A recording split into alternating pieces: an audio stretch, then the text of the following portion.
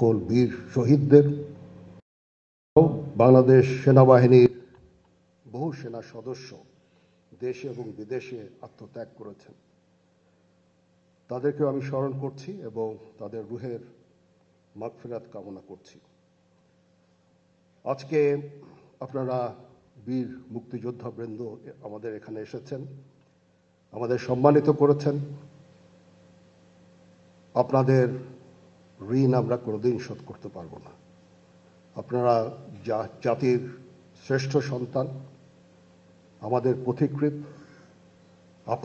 আপনারা খালি মুক্তিযুদ্ধ করে দেশ স্বাধীনই করেননি, পরবর্তীকালে সেনাবাহিনী যখন নূতন ছিল, সৃষ্টির সময় থেকে এই সেনাবাহিনীর আপনারা অবদান রেখেছেন।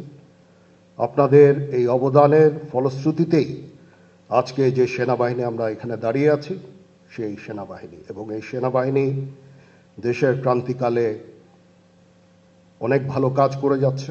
দেশ এবং জাতি এই সেনাবাহিনীর কাছে কৃতজ্ঞ। দিনরাত সেনার সদস্যরা পরিশ্রম করে যাচ্ছে দেশের আইন শৃঙ্খলা রক্ষার কাজে। তাছাড়াও আমরা দেশ এবং জাতি গঠনের বিভিন্ন কাজে আমরা নিয়োজিত আছি। ইউএন মিশনে আমরা কাজ করে যাচ্ছি, বিশ্ব শান্তি রক্ষায় আমরা কাজ করে যাচ্ছি।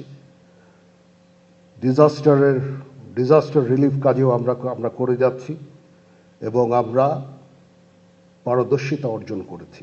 এটা একমাত্র সম্ভব হয়েছে আপনাদের ঐকান্তিক প্রচেষ্টা। আপনারা যে আমাদেরকে যেভাবে প্রশিক্ষিত করেছেন, যেভাবে মোটিভেটেড করেছেন, যেভাবে আমাদের দিক নির্দেশনা দিয়েছেন, তার ফলশ্রুতিতে আজকে এই সেনাবাহিনী এই বর্তমান জায়গায় আছে।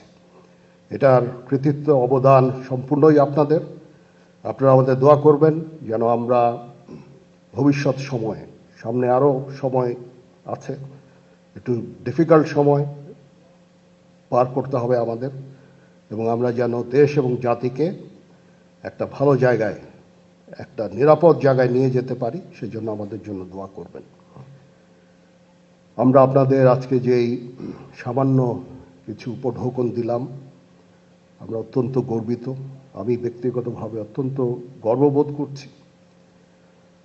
আর আজকে শান্তিকালীন যে পদক যারা প্রাপ্ত হলেন, তাদেরকেও অভিনন্দন জানাচ্ছি। আমরা সবাই মিলে যদি কাজ করি, ইনশাল্লাহ আমরা এই দেশের এই ক্রান্তি লগ্ন থেকে দেশকে উদ্ধার করতে সক্ষম হব, একটা শান্তি সুশৃঙ্খল ভবিষ্যতের দিকে যেতে সক্ষম হব। আজকের এই অনুষ্ঠানে আবার আপনাদের কাছে আমি কৃতজ্ঞতা জানাচ্ছি। আপনারা এসে আমাদের সম্মানিত করেছেন। এই অনুষ্ঠান যারা সুন্দরভাবে আয়োজন করেছেন, তাদের প্রতিও কৃতজ্ঞতা।